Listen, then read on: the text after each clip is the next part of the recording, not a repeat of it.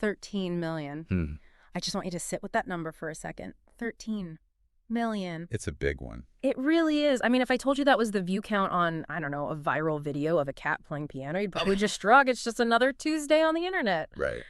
But we're not talking about views. We're not talking about clicks. We are talking about books. And to be even more specific, we aren't talking about the latest Stephen King or some celebrity memoir you see in every airport. We're talking about a very specific, you could almost say niche part of the Japanese literary world. We're talking about light novels. Exactly. 13 million copies sold. That's the number we're unpacking today. We are doing a deep dive into the absolute juggernaut that is Ascendance of a Bookworm by Miya Kazuki. And the latest data we're looking at from the publisher, T.O. Books, is just, it's pretty wild. It is. But before we get into the how and the why, I feel like we need to do a little bit of housekeeping. You just dropped the term light novel. I feel like a lot of people hear that and they think, what?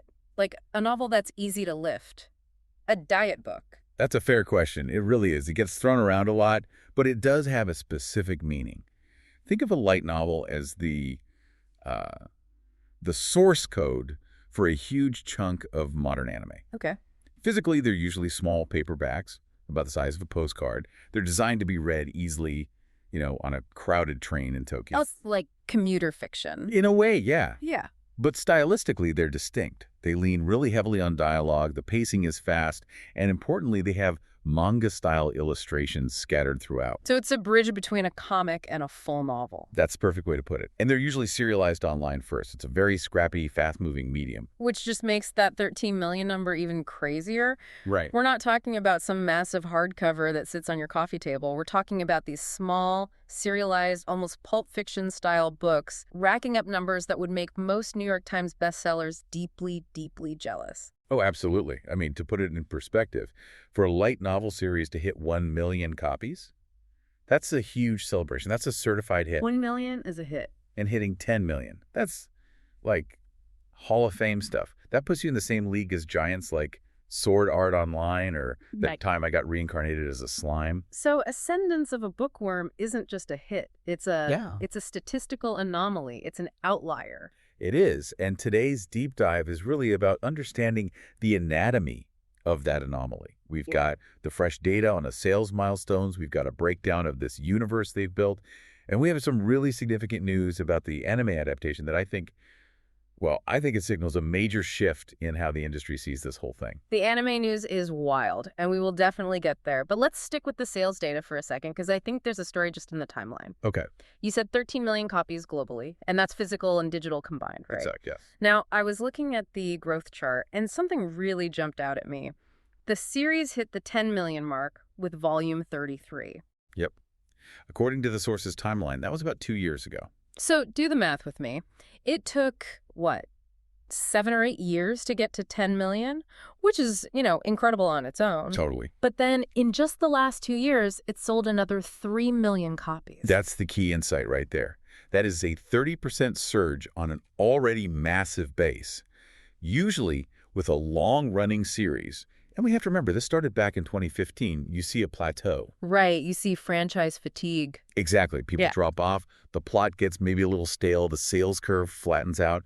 Here, we're seeing acceleration. It's snowballing. It is. And that tells you that the series is finding new readers way faster than the old ones are leaving. It implies that the entry point to the series is just incredibly wide. Well, let's talk about that entry point, because usually if you tell a friend, hey, you should read this series, it has 33 volumes, that is the best way to make sure they never read it. It's a homework assignment. It's not a recommendation. It's a homework assignment. So how are they getting new people on board? This is where we get into what I like to call the universe strategy. To Books hasn't just published a long story. They've built an entire ecosystem that's designed to trap different types of consumers. Trapping consumers sounds a little ominous, but go on. It's a brilliant business. Look at the breakdown. You have the main pillar, the 33 volumes of the primary novel. That's for your core reader. Got it. But then they have manga adaptations. And it's not just one manga series. They break it up by the different parts of the story, often with different artists. So if I'm a visual learner and I'm intimidated by a huge wall of text, I can just grab the comic version. Exactly. It just lowers the friction to get in. But here's the genius move. The one that really, I think, sets this franchise apart. They publish Junior Bunko editions. Junior Bunko? Okay, explain that. These are editions that are specifically re-edited and formatted for elementary school children. They simplify the more complex kanji, they add hiragana, the little phonetic guides to help with reading, and they market them directly to kids. Wait, that's fascinating. Because normally, isekai stories, these another world stories, they're aimed at teens or young adults, right? Usually. They can get violent or a little racy. Marketing it to elementary schoolers seems risky unless the content actually fits. And that's the beauty of it. The content of Bookworm is uniquely suited for this. At its core, it's a story about a girl learning to read and make books. So it's inherently educational. Right. So by creating a children's edition, T.O. Books is doing something very, very rare. They're grooming their own future audience. That is 4D chess. So you get the kid hooked on the junior version, they grow up, they want all the details, so they buy the main novels, then they get obsessed with the lore. And they buy the spin-offs. And speaking of spin-offs, we have to mention Hannelor's 5th year at the Royal Academy. Which sounds like the deepest of deep cuts. Oh, it is. It's a spin-off that focuses on a side character. This is for the lore divers, the people who need to know every single detail about the world's politics and magic system. So you've got the manga for the casuals, the junior editions for the kids, the main series for the fans, and the spin-offs for the obsessive. There's no exit from the franchise. It's a pincer maneuver. They have you surrounded. I love it. But look, a strategy is only as good as the product, right? Yeah. You can have the best marketing in the world, but if the story sucks, you're not selling 13 million copies. Maybe 1 million on hype, but not 13. I agree completely. The stickiness comes from the narrative itself. So let's get into that. Because on paper, if you just read the summary, it sounds like every other anime out there. It does. Person from our world dies, wakes up in a fantasy world. It's the isekai trope. We are absolutely drowning in these stories. It's a very crowded market. And usually the formula is some loser from Earth dies, gets reincarnated with like a superpowered sword or infinite magic, gathers a harem, and goes off to fight the Demon King. It's power fantasy. Right. I was a salaryman, now I'm a god. But Bookworm completely flicks that, doesn't it? Completely. Our protagonist is Mutosu Urano. And in her past life, she wasn't a warrior or some gamer. She was a librarian. A librarian. She was obsessed with books. She lived for them. And then the inciting incident, which I have to say is just darkly hilarious. How does she die? She's in an earthquake. Oh. And she gets crushed by her own massive collection of books. It's the ultimate irony. Killed by the very thing you love. It's almost Shakespearean, but in a slapstick kind of way. It immediately establishes her obsession. I mean, even as she's dying, her only thought is, I want to read more. Wow. But then she wakes up. She's reincarnated as a little girl named Myne. And Myne is not a powerful wizard. She's a sickly, frail 5-year-old girl, the daughter of a common soldier. So no power fantasy, no sword, no stamina. No stamina at all. She can barely walk to the market without passing out. Yeah. But the real tragedy, the real conflict for her isn't her health. It's the world she's in. The city of Ehrenfest. Exactly. It's a rigid, medieval-style society. And in this society, the printing press doesn't exist. Which means no books. Or, well, books exist, but they're hand-copied parchments. They are astronomically expensive. Only the highest nobility can even afford them. For a commoner like Myne, they're basically myths. That is my personal nightmare. Mm-hmm. Imagine knowing exactly what you want, a library, and being told, sorry, you're too poor and too low class to even look at one. And that's the core friction. It's reader versus environment, and this is where the series hooks you. Myne doesn't give up. She delivers the line that becomes the thesis statement for the entire franchise. Famous line. If there aren't any books, I'll just create some. And that's where the genre just completely shifts, right? It stops being some grand adventure story and it starts being, well, what would you even call it? I've heard it called civilization building, or my personal favorite, competence porn. Competence porn, I like that. It's that deep satisfaction you get watching someone who knows what they're doing actually do it. Yes. It's like watching a really good carpenter work, but in a fantasy world. Exactly. Modern audiences, especially now, seem to crave stories about process.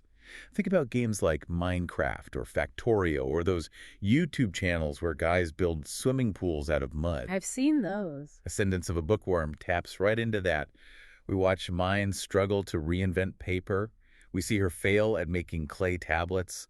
We watch her figure out how to make ink from soot. It's supply chain management. It's R&D. It is. It connects the fantasy to real-world history.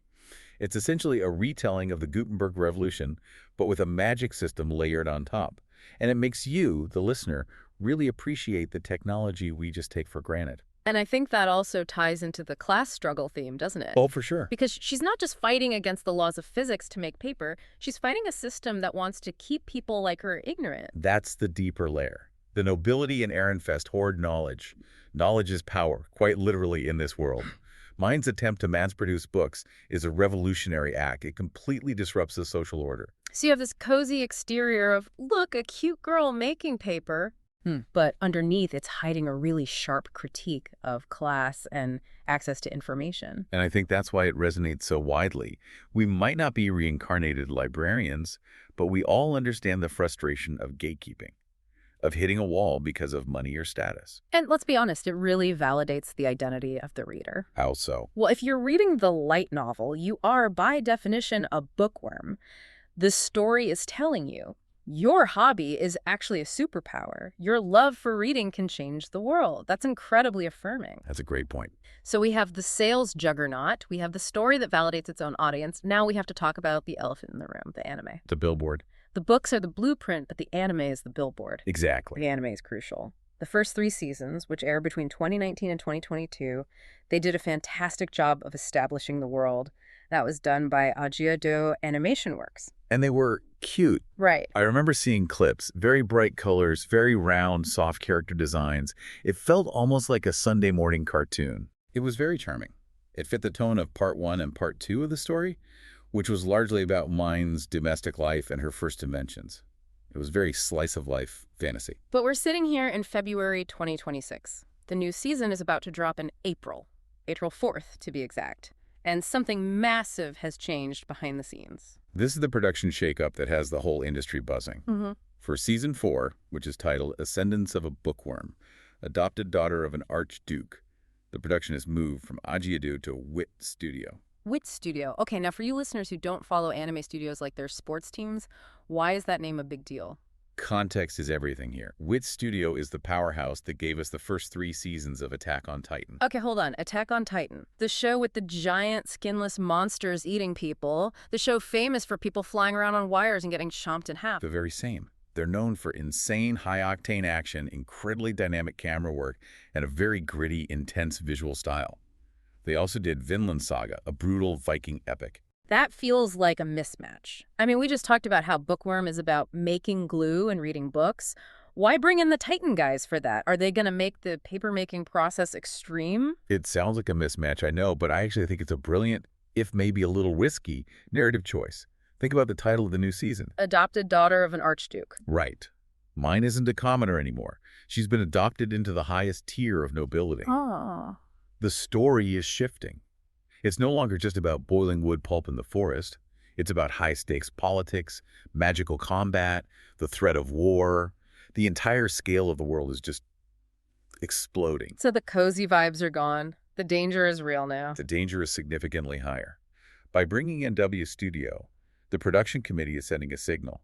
They're saying that the visual language of the show needs to mature along with the protagonist. Okay, that makes sense. They need a studio that can handle large-scale magical battles and intense dramatic tension.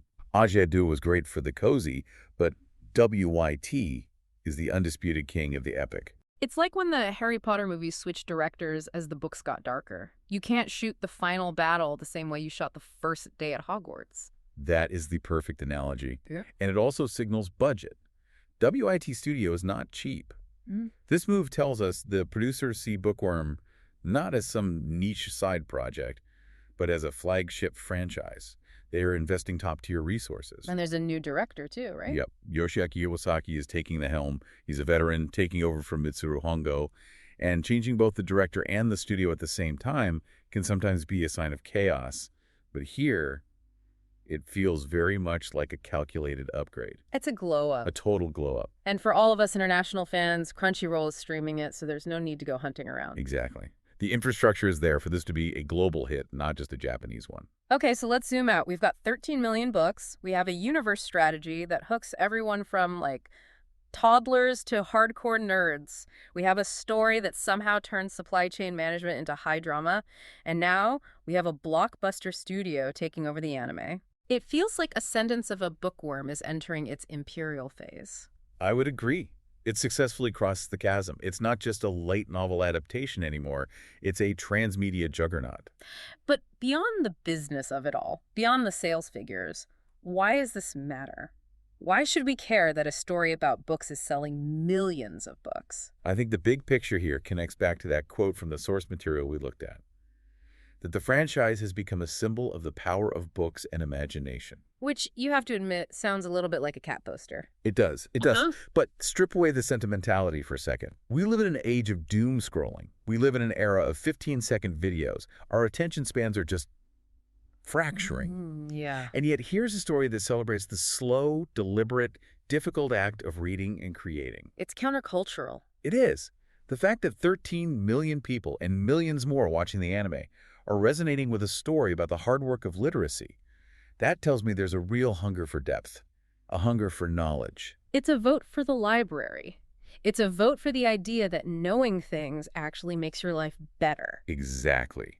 Whether you're watching the WIT STUDIO anime for the amazing visuals or you're reading the novels for the incredible detail, the core message sticks. Books are magic. Not because they cast spells, but because they carry ideas across time and space. You know, as we wrap this up, there's one final thought I can't quite shake. It's kind of a paradox. What's that? We spent this whole deep dive talking about Myne. Her entire existence in her new world is defined by scarcity. She fights tooth and nail just to hold one book. Right. She has to make the paper herself. She has to make the ink. Every single page is a victory. Her world is defined by a lack of information, yeah. And yet her story, her struggle against that scarcity, has produced 13 million physical books in our world. We are literally drowning in copies of her story. It is a beautiful irony. It really makes you wonder, doesn't it? Does the fact that Myne has nothing make her appreciate a book more? And does the fact that we have everything, I mean, I can download 1 million books to my phone right now, make us appreciate it less? That is a profound question. We have the Library of Alexandria in our pockets, and we use it to look at memes. Mine would probably be horrified. Or she'd just steal your phone and lock herself in a room for 100 years. Probably that one, yeah. So next time you walk past a bookstore, or you scroll past a long article online, maybe channel a little bit of that Myne energy. Remember just how miraculous it is that we can read.